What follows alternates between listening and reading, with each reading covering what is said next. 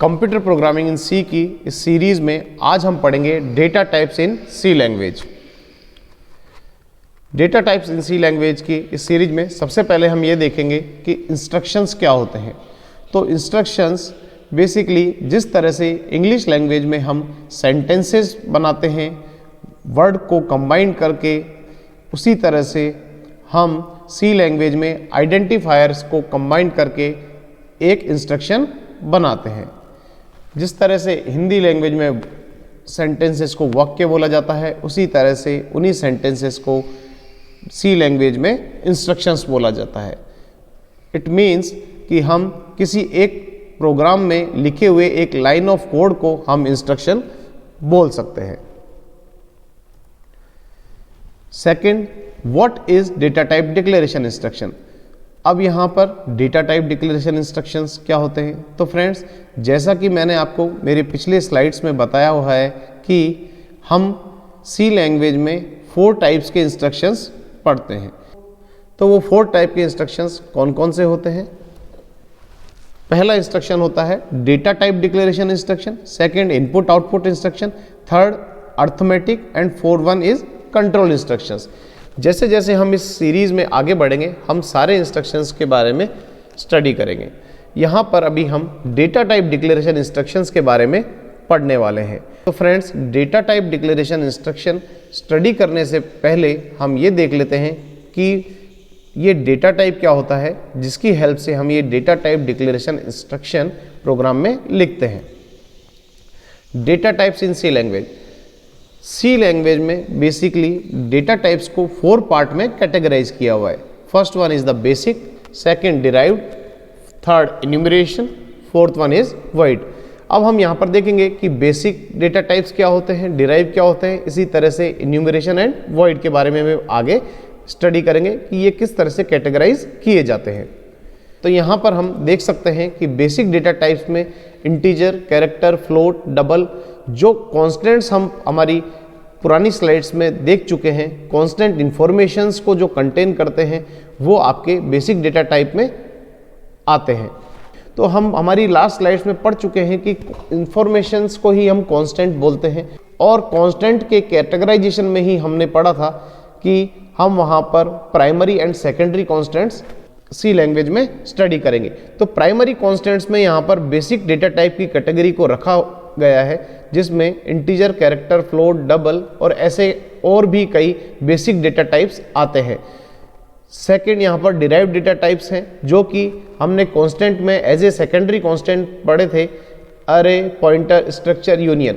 जो ये secondary constants होते हैं या डिराइव्ड डेटा टाइप्स होते हैं, ये सारे data type basic data type या फिर प्राइमरी कांस्टेंट्स जिन्हें हम कहते हैं, उनकी हेल्प लेके बनाया जाता है। या फिर हम सिंपल लैंग्वेज में ये भी कह सकते हैं कि जो बेसिक डेटा टाइप या प्राइमरी कांस्टेंट्स हैं, उन्हीं को ग्रुप करके हम डिराइव्ड डेटा टाइप या सेकेंडरी कांस्टेंट्स क्रिएट करते हैं। इसी तरह से न्यूमरेशन डेटा टाइप होता है, ये भी कुछ डेटा टाइप का ग्रुप होता है, इसे हम आगे स्टडी करेंगे। वॉइड डेटा टाइप जब हम फंक्शन स्टडी करेंगे तब हम वॉइड डेटा टाइप के बारे में पढ़ेंगे। आपकी नॉलेज के लिए मैं आपको बता दूं कि वॉइड डेटा टाइप यहाँ पर ब्लैंक ब्लॉक को रिप्रेजेंट करते हैं कि यहाँ पर अगर फंक्शन किसी तरह की कोई वैल्यू रिटर्न नहीं करता है, हमें फंक्शन को डिक्लेयर करते समय या फंक्शन को डिफाइन करते समय फंक्शन का रिटर्न टाइप देना होता है, तो उस समय अगर कोई फंक्शन किसी भी तरह की कोई वैल्यू रिटर्न नहीं करता है तो हम उस फंक्शन के आगे रिटर्न टाइप में वॉइड देते हैं। जब हम फंक्शन का चैप्टर स्टडी करेंगे तब आपको इस वॉइड डेटा टाइप की बेटर अंडरस्टैंडिंग होगी। अब फ्रेंड्स, यहाँ पर डेटा टाइप्स में ही primitive and non primitive data types भी होते हैं। ये कोई अलग टॉपिक नहीं है, ये एक तरह से हम कह सकते हैं कि प्राइमरी कांस्टेंट और सेकेंडरी कांस्टेंट्स का ही सिनोनिम्स है। यहाँ पर उसे एक अलग नाम दे दिया गया है। तो बेसिकली प्रिमिटिव डेटा टाइप्स वो डेटा टाइप होते हैं जिन्हें हम किसी और पर्टिकुलर शॉर्ट फॉर्म में ब्रेक नहीं कर सकते, जैसे इंटीजर, कैरेक्टर, फ्लोट, जो कि पर्टिकुलर ब्लॉक में जिस ब्लॉक को इंटीजर, कैरेक्टर या फ्लोट टाइप का बनाया गया है उसमें वो सिर्फ एक सिंगल वैल्यू ही कंटेन कर सकते हैं। लेकिन जो नॉन प्रिमिटिव डेटा टाइप्स होते हैं, जैसे एरे, स्ट्रिंग, क्लासेस। तो ये डेटा टाइप्स कई तरह के प्रिमिटिव डेटा टाइप्स को अपने अंदर स्टोर कर सकते हैं। जैसे एरे में हम कई सारे वेरिएबल्स एक साथ डिक्लेयर कर सकते हैं। इंटीजर टाइप के हम 10, 15, 20 जितना यूज़र की रिक्वायरमेंट हो या हमारी प्रॉब्लम की डेफिनेशन में रिक्वायरमेंट हो उतने वेरिएबल्स हम एरे में डिक्लेयर कर सकते हैं। तो इन्हें हम नॉन प्रिमिटिव डेटा टाइप बोलते हैं, जिन्हें हम आगे फर्दर किसी पर्टिकुलर शॉर्ट फॉर्म में कन्वर्ट कर सकते हैं। उनका कुछ कैटेगराइजेशन हम यहाँ पर डिफाइन कर सकते हैं। जब हम एरे और स्ट्रिंग के बारे में पढ़ेंगे तब आप इसको और अच्छे से समझ पाएंगे। तो यहाँ पर प्रिमिटिव और नॉन प्रिमिटिव का मतलब आपको समझ में आया होगा। प्रिमिटिव में हमारे इंटीजर, लॉन्ग, फ्लोट और ऐसे कई जो भी बेसिक डिराइव्ड डेटा टाइप्स होते हैं जो हमने अभी लास्ट स्लाइड में देखे हैं, वो सारे basic derived data types primitive data types में आते हैं। या फिर हम ये भी कह सकते हैं कि ऐसे डेटा टाइप जो सी लैंग्वेज में कीवर्ड्स में भी आते हैं उन्हें भी हम प्रिमिटिव डेटा टाइप्स कह सकते हैं। मेरा कहने का मतलब कि जो कीवर्ड्स डेटा टाइप्स में भी हैं, जैसे इंटीजर हमारे सी लैंग्वेज के कीवर्ड्स में भी आता है, फ्लोट हमारे कीवर्ड्स में भी आता है और वो डेटा टाइप भी है, कैरेक्टर हमारे कीवर्ड्स में भी आता है और वो डेटा टाइप भी है। तो इस तरह के डेटा टाइप्स को भी हम प्रिमिटिव डेटा टाइप्स कह सकते हैं। प्राइमरी डेटा टाइप्स की हेल्प लेके ही सेकेंडरी डेटा टाइप्स बनाए जा सकते हैं। Data type declaration instructions in C. यहाँ स्क्रीन पर आप डेटा टाइप डिक्लेरेशन इंस्ट्रक्शंस के कुछ एग्जांपल्स देख रहे हैं, जहाँ पे मैंने पहले डेटा टाइप लिखा है और फिर वेरिएबल लिखा है। इसी तरह के इंस्ट्रक्शंस को हम डेटा टाइप डिक्लेरेशन इंस्ट्रक्शंस कहते हैं। इन डेटा टाइप डिक्लेरेशन इंस्ट्रक्शंस की हेल्प से कंपाइलर को ये पता चलता है कि इस प्रोग्राम में या पर्टिकुलर प्रोग्राम में कितने डेटा यूज में आने वाले हैं या कितने डेटा प्रोसेस होने वाले हैं। यहाँ पर हम एक लाइन में एक ही टाइप का डेटा टाइप डिक्लेयर कर सकते हैं। अगर हमें एक ही प्रोग्राम में दो अलग अलग तरह के डेटा की रिक्वायरमेंट है तो हम उन्हें अलग अलग लाइन में डिक्लेयर करते हैं। प्रोग्राम को लिखते, जब कभी भी हम कोई प्रोग्राम लिखते हैं तो प्रोग्राम के बिगनिंग में ही हमें इन डेटा टाइप डिक्लेरेशन इंस्ट्रक्शंस को लिखना होता है और इन इंस्ट्रक्शंस की हेल्प से हम कंपाइलर को ये बताते हैं कि इस पर्टिकुलर प्रोग्राम में प्रोसेस करने के लिए कितने वेरिएबल्स हम यूज में लेने वाले हैं। यहाँ पे अलग अलग टाइप के डेटा टाइप हमने डिक्लेयर किए हुए हैं, जैसे int a b equal to 10। तो यहाँ पर b की वैल्यू भी हमने 10 इनिशियलाइज कर दी है, तो b नाम का जो वेरिएबल है वो यहाँ पर 10 वैल्यू कंटेन करता है। इसी तरह से हमने फ्लोट टाइप का एक t नाम का वेरिएबल भी यहाँ पर डिक्लेयर किया है। तो अलग अलग तरह की इंफॉर्मेशन, अलग अलग तरह के डेटा को कैटेगराइज करने के लिए हम data type declaration instructions use में लेते हैं।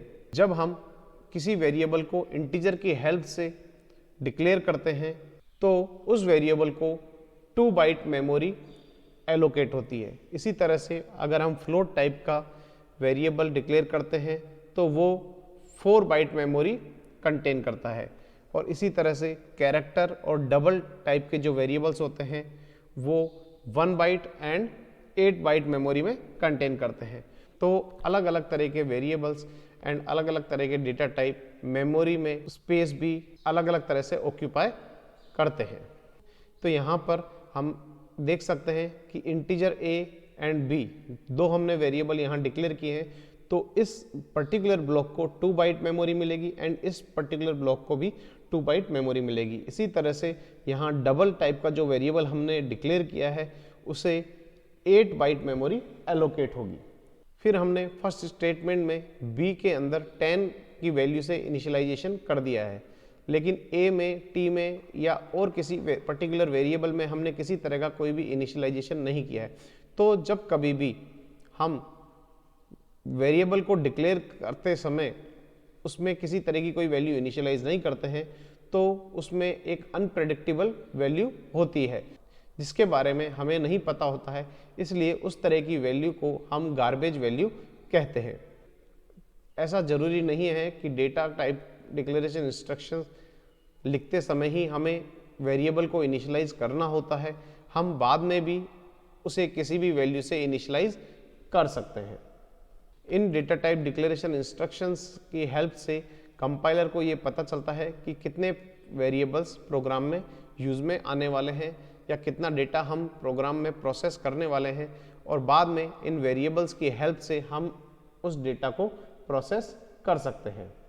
डेटा टाइप डिक्लेरेशन इंस्ट्रक्शंस के अलावा यहाँ पर प्रोग्राम में हम कुछ और स्टेटमेंट्स भी लिखते हैं जिन्हें हम एक्शन स्टेटमेंट्स कहते हैं, और सी लैंग्वेज में रूल्स के according data type declaration instructions हमेशा एक्शन इंस्ट्रक्शन से पहले लिखे जाते हैं। इसीलिए जब कभी भी हम प्रोग्राम लिखते हैं तो प्रोग्राम के बिगिनिंग में ही हमें जो भी वेरिएबल हम यूज में लेने वाले हैं उन्हें डिक्लेयर करना होता है।